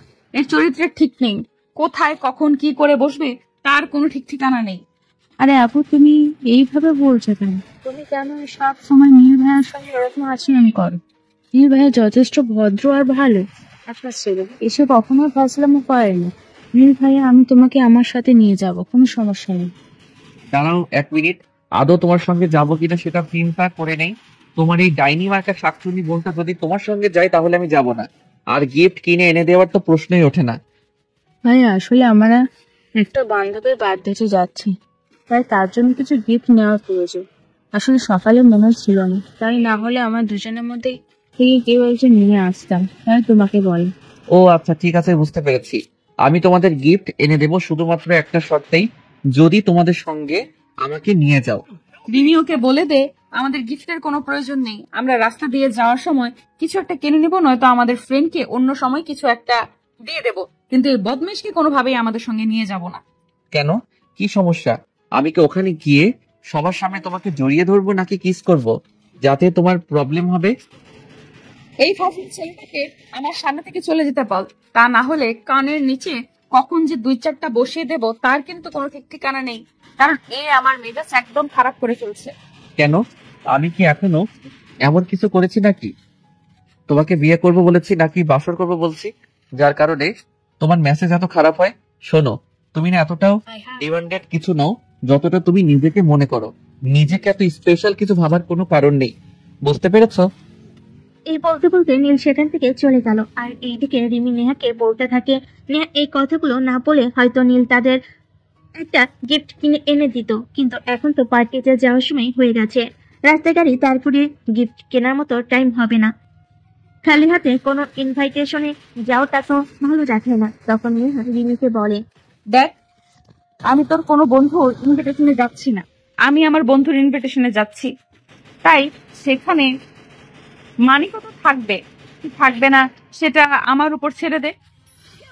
এই বিষয়ে তোকে এত চিন্তা করতে হবে না। আর হ্যাঁ, তোর যদি যাওয়ার ইচ্ছে না থাকে তাহলে তুই আমাকে বলে দে, আমি একাই চলে যাব। আর যদি যেতে চাস তাহলে মুখটা বন্ধ করে চুপচাপ তাড়াতাড়ি রেডি হয়ে আয়। ঠিক আছে, আমার কোনো সমস্যা নেই। বন্ধু তো তোর মান ইজ্জত গেল, তো যাবে তাতে আমার কি। যাই হোক, তুই ওয়েট কর, আমি একটু রেডি হয়ে আসছি। হ্যাঁ সেটাই, বন্ধুটা আমার, তাই চিন্তা করার কিছু নেই, চুপচাপ রেডি হয়ে চলে আয়। অতঃপর তারা দুজনে রেডি হয়ে চলে গেল বার্থডে পার্টিতে। তার সবাই সেখানে উপভোগ করছিল। তখনই হঠাৎ, আরে কি ব্যাপার নীল ভাইয়া, তুমি এখানে কিভাবে আসলে? তোমাদের ফলো করতে করতে চলে আসলাম। এই যে তোমাদের গিফট বক্স। তুই যে কোন লেভেলের নির্লজ্জ বেহায়া আমি সেটা বুঝতে পারছি না। তোকে আমি বলেছিলাম আমার বন্ধুর জন্য গিফট বক্স নিয়ে এখানে চলে আসতে, তোর কি লাজ লজ্জা বলতে জিনিসটা নেই নাকি বল? আমি কি মেয়ে মানুষ নাকি যে আমার লাজ লজ্জা এত বেশি থাকবে? আমি তো ছেলে মানুষ, আমার লাজ লজ্জা এত বেশি নেই। যাই হোক, কথা বাড়িয়ে লাভ নেই। এই নাও তোমার গিফট বক্স। আমি এখন আসি। আমি এখানে খেতে আসিনি। তোমার বন্ধুর জন্মদিন যেখানে তুমি কোনো গিফট ছাড়াই চলে এসেছো, এটা তোমার বাবার মান ইজ্জতের বাধে। তাই আমি তোমার বাবার কাছ থেকে টাকা নিয়ে তোমার বন্ধুর জন্য একটি স্পেশাল গিফট কিনে এনেছি। আরে নেহা, কি ব্যাপার? কে এটা? ছেলেটা তো দেখি দারুণ হ্যান্ডসাম। তো নতুন বয়ফ্রেন্ড নাকি? কোনো কালেই তোরা আমার কোনো বয়ফ্রেন্ড দেখেছিস যে এই গর্থপ ছেলেটাকে দেখে তোদের আমার সামনে আমার নতুন বয়ফ্রেন্ড বলে মনে হচ্ছে? কখনো কি তোরা আমার কোনো ছেলে বন্ধু দেখেছিস? আর বয়ফ্রেন্ড তো একদমই নয়। আর তারপরেও যদি শহরের কোনো স্মার্ট ছেলে হতো সেটা ভেবে দেখা যেত। এই গাইয়া ভুট্টাকে কে বয়ফ্রেন্ড বানাতে চাইবে সেটা বল শুনি। দেখ নেহা, ছেলেটা কিন্তু যথেষ্ট হ্যান্ডসাম। আমার কিন্তু দেখে বেশ পছন্দ হয়েছে। তোর বয়ফ্রেন্ড না হয়ে থাকলে আমার একটু লাইন করিয়ে দে না, ছেলেটাকে আমার বেশ ভালো লেগেছে। এক্সকিউজ মি ম্যাডাম, নীল প্রেমতে ওসব করে না, আর শহরে ওভার স্মার্ট মেয়েদের তো কখনোই না। আমি আসছি, এই নিন আপনার গিফট। অতঃপর তাদের আর কোনো কথা বলার সুযোগ না দিয়ে নীল এখান থেকে চলে গেল। এদিকে বাসে আসতে না আসতে নেহার আপু নীলকে বলতে থাকে, কি ব্যাপার নীল, তুমি না বললে নেহাদের সঙ্গে তুমি নেহার বন্ধুর বার্থডে পার্টিতে যাচ্ছ, তাহলে এত তাড়াতাড়ি চলে আসলে কেন? আর নেহা রিমি ওরা কোথায়? আঙ্কেল, ওরা ওখানে রয়েছে, ওদের আসতে একটু দেরি হবে। আমার ওসব হাঙ্গামা ভালো লাগে না, তাই আমি তো তাড়াতাড়ি চলে এসেছি। আচ্ছা ঠিক আছে, সে না হয় বুঝলাম। এখন তুমি আমাকে এটা বলো যে নতুন অফিস তোমার কেমন লাগছে? চাকরি করতে ওখানে তোমার কেমন লাগছে? সবকিছু ঠিক আছে আঙ্কেল, আমার ভালোই লাগছে ওখানে চাকরি করতে। যাই হোক আঙ্কেল, আজ একবার একটু আমাদের বাড়িতে ফোন করতে হবে। আসলে আমার বাড়ি থেকে নিয়ে আসা ছোট্ট মোবাইলটা নষ্ট হয়ে গেছে। আমার বাবা হয়তো আমার ফোনে অনেকবার ট্রাই করছে, কিন্তু লাগছে না হয়তো। এটা তুমি কি বলছো? তোমার মোবাইল নষ্ট হয়ে গেছে, সেটা তুমি আমাকে আগে বলবে না? তুমি আমাকে বলতে আমি তোমাকে নতুন একটা ফোন কিনে দিতাম। আর তুমি জানো তোমার বাবা তোমাকে কতটা ভালোবাসে? এই যখন থেকে তোমার ফোন নষ্ট, কতবার তোমাকে হয়তো ফোন করেছে, আর তোমাকে ফোনে না পেয়ে হয়তো টেনশন করছে। তোমার বাবা হয়তো ভাবছে আমি ব্যস্ত, তাই হয়তো আমাকে ফোন দিচ্ছে না। অতঃপর নেহার বাবা তখনই বাসা থেকে বের হয়ে মার্কেটে চলে যায় আর নীলের জন্য একটা স্মার্টফোন কিনে আনে। সেটা নীলের হাতে দেওয়া মাত্রই নীল বলতে থাকে, আঙ্কেল, আমার তো বাটন ফোন হলেই চলে যেত। এখন এই ফোন কিনে আনার কি প্রয়োজন ছিল? তাছাড়া এই ফোনের যা দাম, সেটা তো আমার 1 মাসের বেতনই চলে যাবে। হ্যাঁ বাবা, এটা একদম ঠিক কথাই বলেছো। এই ছেলেটা তুমি কেন এত দামি ফোন কিনে দিয়েছো, যার 1 মাসের বেতনের টাকা পুরোটাই চলে যাবে? তাকে তো তুমি একটা ছোট্ট বাটন ফোন কিনে দিলেই পারতে। নেহা চুপ করো তুমি। নেহা চুপ করো তুমি। আমি বুঝতে পারছি না নীলের সঙ্গে কি তোমার শত্রুতা। তুমি কেন সবসময় ছেলেটার পিছনে এভাবে পড়ে থাকো? সে আমার বন্ধুর ছেলে, তাকে আমি এরকম একটা ফোন গিফট করতেই পারি। তাছাড়া আমার এতটা অবনতি হয়নি যে আমার বন্ধুর ছেলেকে একটা ফোন কিনে দিয়েছি আর সেটার টাকা তার কাছ থেকে আমাকে নিয়ে নিতে হবে। আমি এই ফোনটা নীলকে গিফট করেছি। আশা করি বুঝতে পেরেছো। এই ব্যাপারে আর কোনো কথা না হলেই ভালো হয়। আমি বুঝতে পারি না এই ছেলেটাকে নিয়ে এত আদিক্ষেতা দেখানোর কি আছে। গাইয়া ভূত একটা, এইখানে এসে থাকছে, খাচ্ছে, আবার এত দামি একটা ফোনও লুফে নিল। এত আচ্ছা লোভী একটা ছেলে, এ তো আচ্ছা লোভী একটা ছেলে। নেহা, এখন কিন্তু একদম বেশি হয়ে যাচ্ছে। তুমি দয়া করে তোমার মুখটা বন্ধ করো, তা না হলে কিন্তু আমি হয়তো মুখ ফুসকে তোমাকে এমন কথা বলে ফেলবো যেটা শোনার জন্য তুমি প্রস্তুত নও। তাই আমি আশা করব তুমি আমাকে সেই সব কিছু করতে বাধ্য করবে না। নেহা বুঝতে পারে এখানে আর উস্কানিমূলক কথাবার্তা বলে কোনো লাভ হবে না, তাই সে সেখান থেকে চুপচাপ চলে গেল। এদিকে নীল ফোনটা পেয়ে মোটামুটি খুশি। পরের দিন সকালবেলা যখন নীল অফিসে যাবে, তখন নীলের আপু নীলকে বলতে থাকে, আজ তোমাকে একটা কাজ করতে হবে।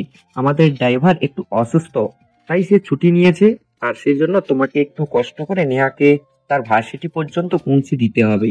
তারপর অফিসে যেতে হবে। আসলে আমি নিজেই পৌঁছে দিতাম, কিন্তু আমার অফিসে একটু ইম্পর্ট্যান্ট কাজ পড়ে গেছে, তাই আমাকে যেতে হবে। ওকে আঙ্কেল, ঠিক আছে, কোনো সমস্যা নেই। আপনি কোনো চিন্তা করবেন না, আমি নেহাকে তার ভার্সিটি পৌঁছে দিয়ে তারপর অফিসে চলে যাব।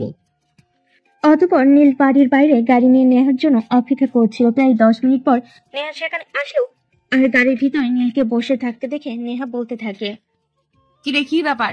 তুই আমার গাড়ির ভেতরে বসে আছিস কেন? তোকে আমি কত কথা বলি, তাও কি তোর লজ্জা হয় না নাকি?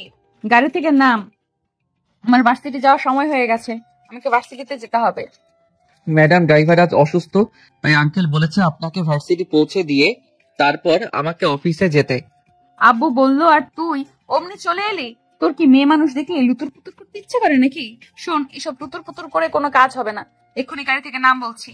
এই বলে নেহা গাড়ির দরজাটা খুলে নীলকে শার্টের কলার ধরে টেনে গাড়ি থেকে নামালো, আর ঠাস ঠাস করে দুই গালে দুইটাও বসিয়ে দিয়ে বলতে লাগলো, এই নির্লজ্জ বেহায়া, তোকে আমি কতবার বলবো আমার পেছনে পড়িস না?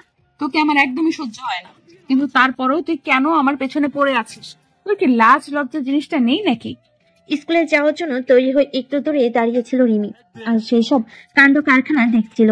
নেহার নীলকে থাপ্পড় মারলো, এটা সহ্য করতে না পেরে রিমি সেখান থেকে চলে আসে আর নিজের বোনকে বলতে থাকে, আপু তুই এটা কি করলিস? এটার জন্য কিন্তু তোকে মাসুল গুনতে হবে। নীল ভাইয়া কোনো সমস্যা নেই, তুমি অফিস চলে যা। আব্বু কিছু বললে আমি সেটা সামলে নেব, কিন্তু এই বেয়াদব মার্কে মেয়েটার সামনে আর কখনোই তুমি আসবে না। এর উপকার করতে তো একদমই না। হ্যাঁ হ্যাঁ, যাচ্ছিস না কেন? তোদের উপকারের কোনো প্রয়োজন আমার নেই। আমার চোখের সামনে আসবি না, তোদের দেখে আমার গা খিনখিন করে। লো ক্লাস কোথাকার। নেহার কথাই কোনো উত্তর না দিয়ে নীল আর রিমি দুজনে সেখান থেকে চুপচাপ চলে গেল। এদিকে নেহা গাড়ি ড্রাইভ করে নিজে নিজে ভার্সিটি পৌঁছে গেল। সেদিন বিকালবেলা নীল যখন অফিস থেকে ফিরছিল, তখন নীল বাড়ির গেট দিয়ে ভিতরে প্রবেশ করতে যাবে, তখনই হঠাৎ কিছু একটার মধ্যে তার পা পিছলে গেল আর সে পড়ে যাচ্ছিল, কিন্তু তার সামনে নেহা ছিল। সেটা সে খেয়ালই করেনি, তাই সে নেহার উপরই পড়ে গেল। নেহা নিজেকে কোনো রকমের সামনে নিয়ে উঠে দাঁড়ালো আর নীলের শার্টের কলার ধরে টেনে দাঁড় করালো আর ঠাস ঠাস করে কয়েকটা বসিয়ে দিল। এই লম্পট লুচ্চা ছেলে একটা, তোকে কতবার বলবো তুই আমার ধারে কাছেও আসবি না, কিন্তু তুই ইচ্ছে করে আমার কাছাকাছি থাকবি আর আমার সঙ্গে লুতুর পুতুর করার চেষ্টা করবি। তোকে আমি কতবার বলবো তোর এইসব ধরে কাজ হবে না। আমি আমার বাড়ির মানুষগুলো কেউ বোঝাতে পারছি না, এই ছেলে একটা লুচ্চা, মেয়ে মানুষ দেখলে চুলকানি ওঠে। হয়েছে ম্যাডাম, হয়েছে, অনেক বলেছেন, আপনাকে আর বলতে হবে না। এবার আমাকে বলতে দিন। এই যে দেখুন স্লিপার জায়গাটা দেখছেন, ওখানে আমার পা পিছলে গিয়ে পড়ে যাচ্ছিলাম। আপনি তখন আনফরচুনেটলি আমার সামনে চলে আসেন আর অ্যাক্সিডেন্ট হয়ে যায়। শুনুন, আপনার মতো সুন্দরী মেয়ে বাংলাদেশে অভাব নেই, চাইলে আপনার মতো 10টা সুন্দরী মেয়ের সঙ্গে প্রেম করতে পারি। কিন্তু ম্যাডাম, আমি সেই ধরনের ছেলে নই।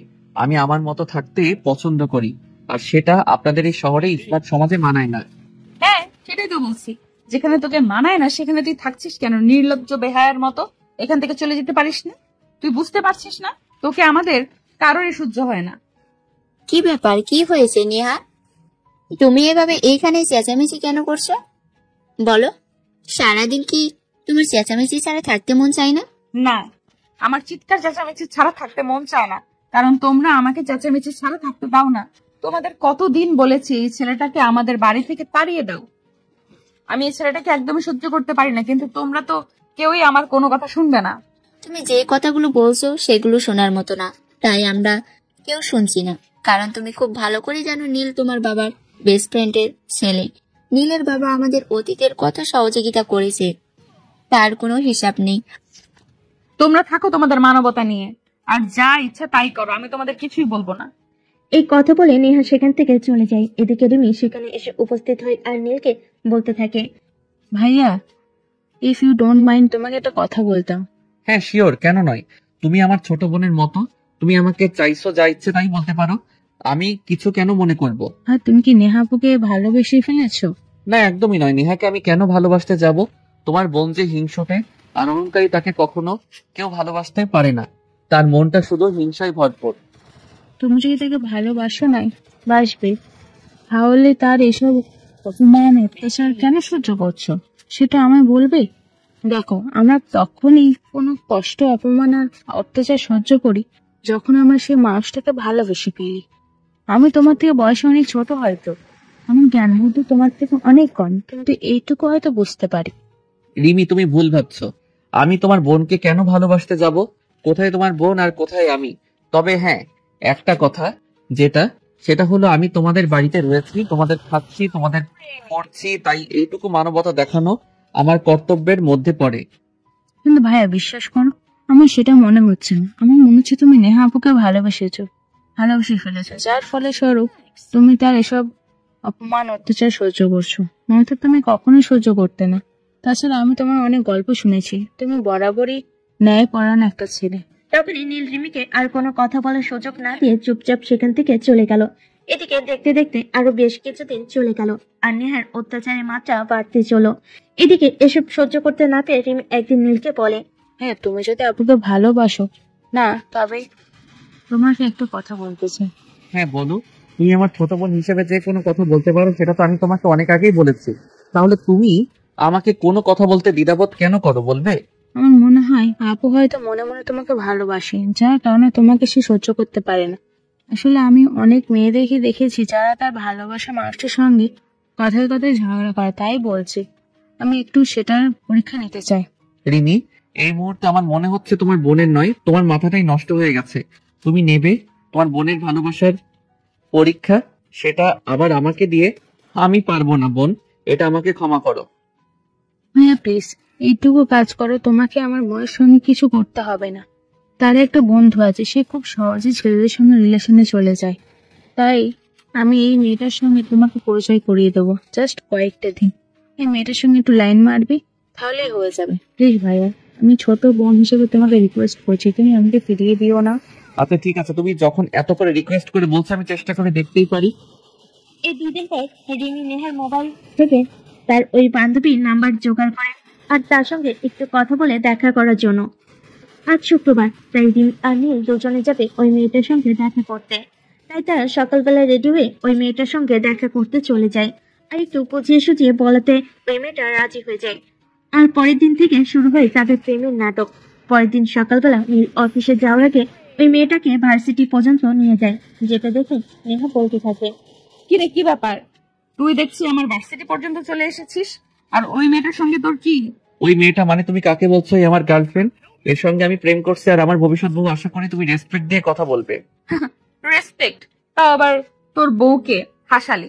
তুই আমাকে কি করে তোর বউকে দিয়ে কথা বলবো? যাই হোক, মানাইছে তোর সঙ্গে ভালো। তুই যেমন লুচ্চা, তোর গার্লফ্রেন্ডও তেমন লুচ্চা। সপ্তাহে কয়টা বয়ফ্রেন্ড পাল্টাতে পারে? নেহা ঠিক করে কথা বলতো। আমার বয়ফ্রেন্ডের সামনে আমাকে এভাবে বলতে পারিস না। তুই প্রেম করিস না, সেটা আলাদা ব্যাপার। আমাদের প্রেম করতে মন চায়, তাই আমরা প্রেম করি। এতে তো তোর কোনো সমস্যা থাকার কথা না। আরে ডার্লিং, তুমি মেয়েটার সঙ্গে কেন কথা বলছো? আমরা দুজনে প্রেম করছি, এটা দেখে তার জ্বলছে, তাই তো সে এরকম করছে। তুমি ওর দিকে নজর দিও না। এই শোন, তোরা প্রেম কর, মন চাইলে কোনো আবাসিক হোটেলে গিয়ে সময় কাটা, তাতেও আমার কোনো প্রবলেম নেই। হ্যাঁ, আমিও তো সেটাই বলছি। আমি আমার গার্লফ্রেন্ডের সঙ্গে যা চাই তাই করব, তাতে তোমার কি? আচ্ছা রিয়া, আমার অফিসে টাইম হয়ে গেছে, আমি তাহলে এখন আসি। তুমি কিন্তু ভার্সিটি ছুটি হলে আমার অফিসে চলে যাবে। আমি তোমাকে নিয়ে আজ বিকেলে একটু ঘুরতে বের হবো আর শপিংও করে দেবো। ওকে সুইট হার্ট, কোনো প্রবলেম নেই। আমি বাসা থেকে বলে এসেছি বিকেলে ফিরতে দেরি হবে। এই লুচ্চার দল, আগে প্রেম তো ঠিক মতো কর, তারপর ওসব করিস। শোন, প্রেম করেছিস জীবনে, কিন্তু ছেলে চিনতে পারিসনি। এই ছেলেটার চরিত্রে সমস্যা আছে, সেটা দেখেই বোঝা যায়। কিন্তু তুই তো অন্ধের মতো ছুটে চলেছিস এই ছেলেটার পেছনে। নেহা, তোকে বললাম তো এটা আমাদের ব্যাপার, আমাদের দুজনের উপর ছেড়ে দে। তুই কেন এদের মধ্যে জড়াতে চাইছিস? আমরা মন চাইলে লেটে যাব, মন চাইলে বিছানায় যাব, যা ইচ্ছে তাই করব। এতে তোর কোনো প্রবলেম হওয়ার কথা নয়। আর চাইলে তুইও একটা বয়ফ্রেন্ড জুটিয়ে নে। নেহা তখন মুখটাকে বেঞ্চি মেরে সেখান থেকে চলে গেল। এদিকে নীল অফিসে চলে গেল। এদিকে সেদিন বিকেলবেলা রিয়া যখন ভার্সিটি থেকে বের হয় নীলের অফিসের দিকে যাবে, তখন নীলাকে শুনিয়ে শুনিয়ে বলতে লাগলো, আজ আমার নতুন বয়ফ্রেন্ড আমাকে নিয়ে ডেটে যাবে। আমার বয়ফ্রেন্ড হয়তো আমার পছন্দ মতো আমাকে অনেক কিছু কিনেও দিবে, আর সেটা দেখে অনেকেই চলবে, তাতে আমার কিছু যায় আসে না। আর বয়ফ্রেন্ড পাল্টানো তো আমার কাছে ড্রেস পাল্টানোর মতো। খুবই ভালো লাগে এসব করতে। তবে এবার আমি যে মালটা জুটিয়েছি সেটা কিন্তু দেখতে খুবই জোশ। আর নতুন চাকরি নিয়েছে, হাবা গোবা টাইপের, একটু ঘোরাতেও পারবো। রিয়ার এই কথাগুলো শুনে নেহা খুব ভালোভাবে বুঝতে পারলো রিয়া এখন এই কথাগুলো নেহাকে উদ্দেশ্য করে বলছে। তাই নেহা রিয়ার সামনে দাঁড়িয়ে বলতে থাকলো, এই নির্লজ্জ বেহায়া মেয়ে, তোকে আর কতবার বলবো, তুই চাইলে ওই ছেলের সঙ্গে বিছানায় যেতে পারিস, তাতে আমার কোনো সমস্যা নেই। তোদের যা ইচ্ছা কর, আমাকে কেন এসব কথা শোনাচ্ছিস? আমি কখন তোকে এসব কথা শোনাতে গেলাম? তুই তো নিজে নিজে এসে শুনছিস। দেখ রিয়া, তোকে শেষবারের মতো বলে দিচ্ছি, এই ছেলেটার সঙ্গে এত ঢলাঢলি করবি না। এসব আমার একদম ভালো লাগে না। তুই কে রে বাবা বলতো? শুনি তোর ভালো লাগা না লাগা আমার কি আসে যায়? তোর যদি আবার এসব কিছু দেখতে ভালোই না লাগে, তাহলে তুই তোর চোখ বন্ধ করে রাখতে পারিস, তাতে আমার কোনো আপত্তি নেই। ঠিক আছে, যা, তোর যা ইচ্ছা তুই তাই কর। আমি তোকে আর এই ব্যাপারে কোনো কিছুই বলবো না। তবে হ্যাঁ, একটা কথা তোকে বলে দিচ্ছি, কখনো যদি এই ছেলেকে নিয়ে কোনো ঝামেলা বাঁধিয়েছিস, তখন কিন্তু আমাকে দোষ দিতে পারবি না, কারণ আমি কিন্তু আগে থেকেই তোকে হুঁশিয়ার করেছি। না রে ভাই, তোকে কোনো দোষ দিব না। তুই এখন দয়া করে এখান থেকে বিদায় হ। তখন সেখান থেকে নেহা আর কোনো কথা বলার সুযোগ না পেয়ে চলে গেল। এদিকে রিয়া আনিল একটা রেস্টুরেন্টে দেখা হলো, সেখানে খাওয়া দাওয়া করলো আর তাদের পরবর্তী প্ল্যান নিয়ে আলোচনা করতে লাগলো। আগামী শুক্রবার সকালে তুমি বাসায় যাবে আমাকে আনতে, আর ওখানে বলবে যে সারাদিন তুমি আমার সঙ্গে থাকবে। আন্টিকে আমি আর রিমি সব বলে রেখেছি, কোনো প্রবলেম হবে না।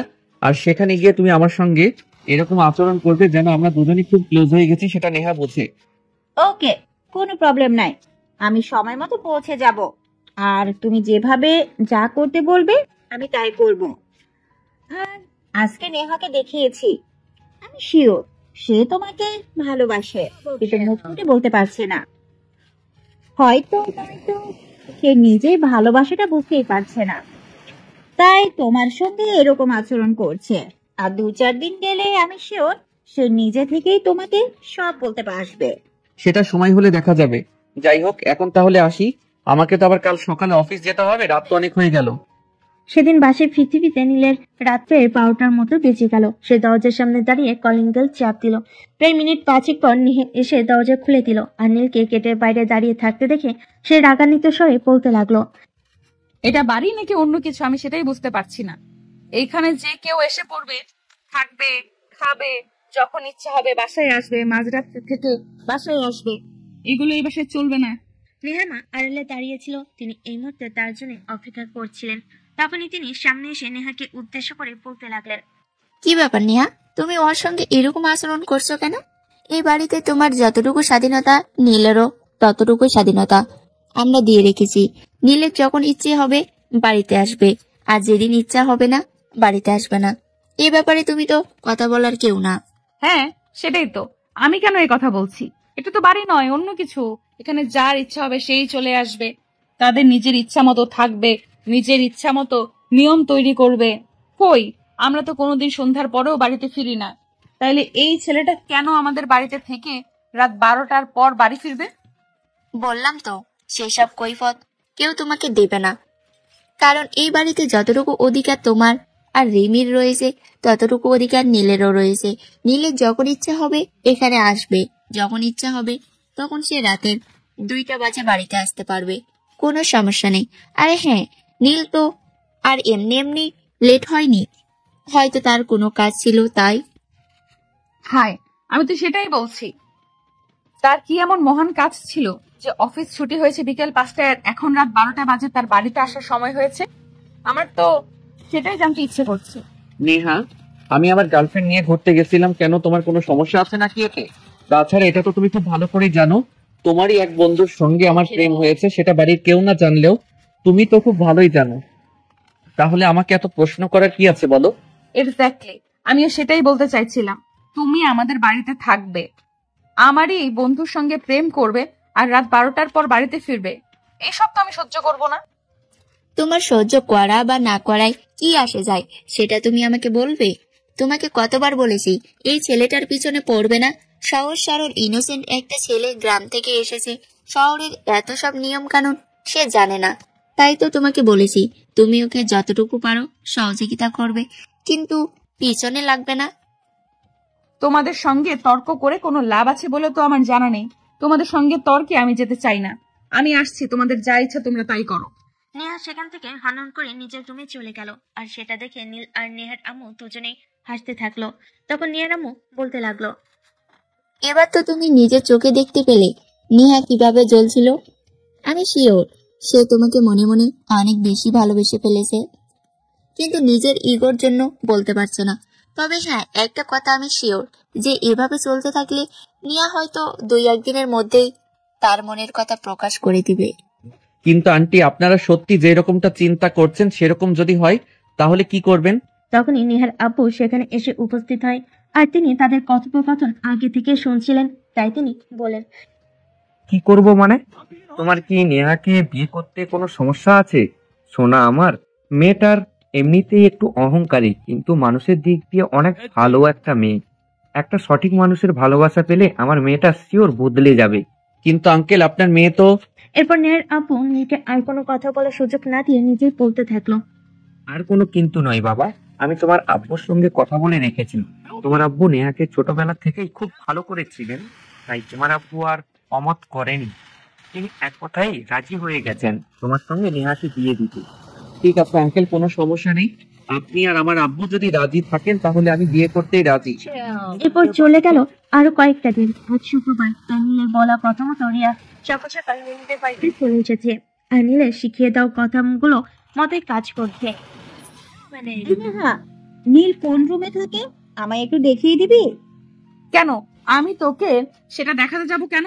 আর সাত সকালে তুই এইখানেই বা কেন এসেছিস? আমার বাড়িতে আসার অনুমতি তোকে কে দিয়েছে?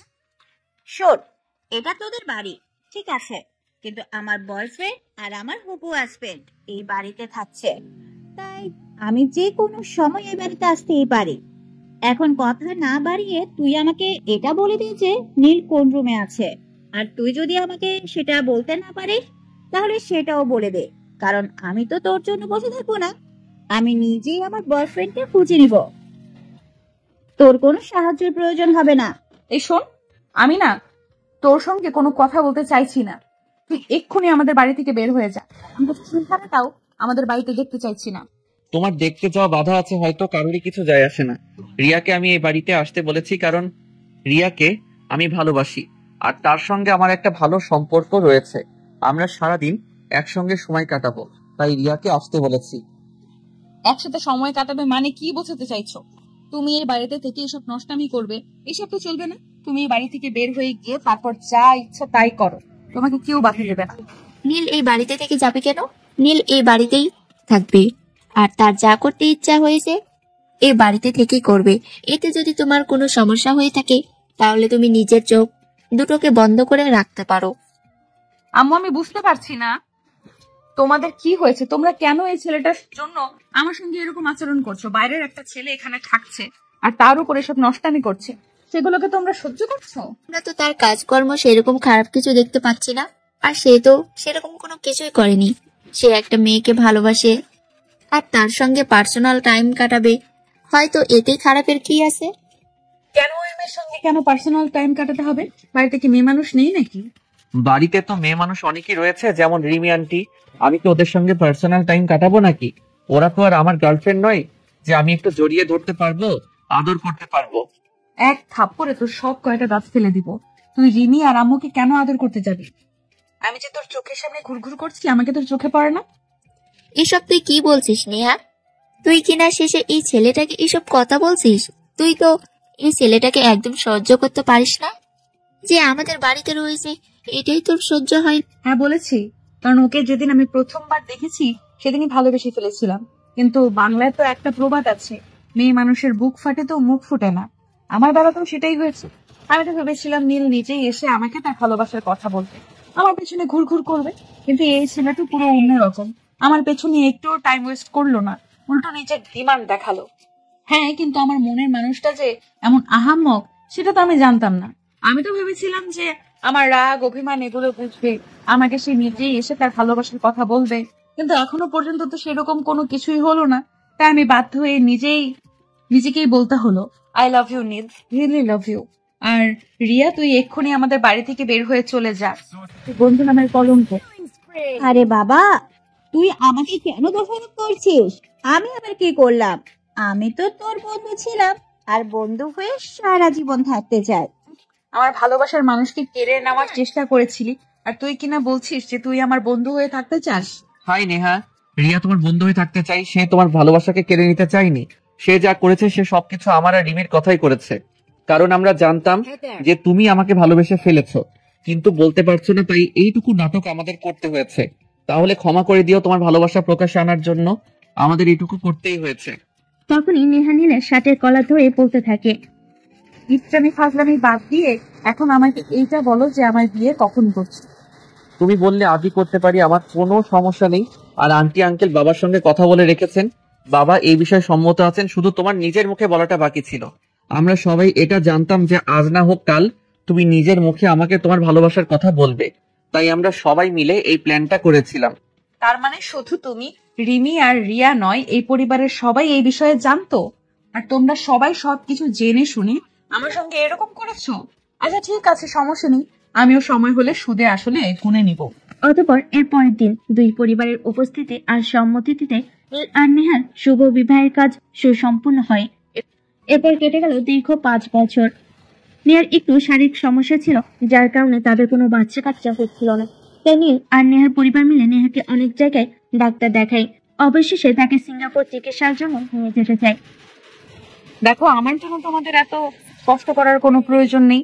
বলছি কি, তুমি আর একটা বিয়ে করে নাও। দেখো, একটা ছেলের জন্য বাবার ডাকটা কতটা আনন্দের সেটা সম্পূর্ণ না বুঝলেও একটু হলেও বুঝি, কারণ আমি তো আমার বাবাকে দেখেছি। তাই প্লিজ, আমাকে মনে হয় চিকিৎসা করিয়ে কোনো লাভ হবে না, তুমি আর একটা বিয়ে করে নাও। চুপ করো, তুমি একদম এসব ফাইজলামো মার্কা কথাবার্তা বলবে না। আল্লাহ চাইলে সবই সম্ভব। আল্লাহ হয়তো চাইছেন আমাদেরকে একটু দেরিতে সন্তান দেবেন, তাই হয়তো তিনি আমাদের ধৈর্যের পরীক্ষা নিচ্ছেন। তাই বলি কি আমাকে আর একটা মেয়েকে বিয়ে করতে হবে নাকি? কখনোই না, আমি এমন কাজ কোনোদিনই করব না। আমি তোমাকে ভালোবাসি আর ভালোবেসে বিয়ে করেছি। তোমার ভালোবাসা আমি অন্য কাউকে দিতে পারবো না। কিন্তু আর কত অপেক্ষা করবে? দীর্ঘ 5টা বছর ধরে তুমি একটু বাবার ডাক শোনার জন্য অপেক্ষা করছো, আর কত অপেক্ষা করবে? তাই বলছি তুমি একটা বিয়ে করে নাও। যদি আর একবার তুমি নিজের মুখ থেকে এই কথাটা উচ্চারণ করেছো, তাহলে কিন্তু আমার চাইতে খারাপ কেউ হবে না, এটা তোমাকে আমি বলে দিলাম। প্রয়োজন হলে আমি বাবা ডাক শুনবো না, প্রয়োজন নেই আমার বাবা ডাক শোনার, কিন্তু তোমাকে আমি হারাতে পারবো না, কারণ তোমাকে যে আমি ভীষণ ভালোবাসি। তোমার ভালোবাসা ছাড়া আমার বেঁচে থাকা সম্ভব নয়। আমি সবকিছু ছাড়া থাকতে পারবো, কিন্তু তোমার ভালোবাসা ছাড়া নয়। অতঃপর পরের সপ্তাহে নেহাকে সিঙ্গাপুর নিয়ে যাওয়া হলো উন্নত চিকিৎসার জন্য। আর সেখানে ডক্টর বলে নেহার মা হতে সম্ভব, কিন্তু দীর্ঘদিন চিকিৎসা নিতে হবে এবং তার খরচ অনেক ব্যয়বহুল। যেসব কথা শুনে নীল ডাক্তারকে বলে, ডাক্তার যত টাকা লাগে লাগুক, আপনি টাকার চিন্তা করবেন না। কিন্তু আমার স্ত্রীর সঠিক ট্রিটমেন্ট চাই। কিন্তু নীল, এত টাকা তুমি কোথায় পাবে? কেন এরকম বলছো?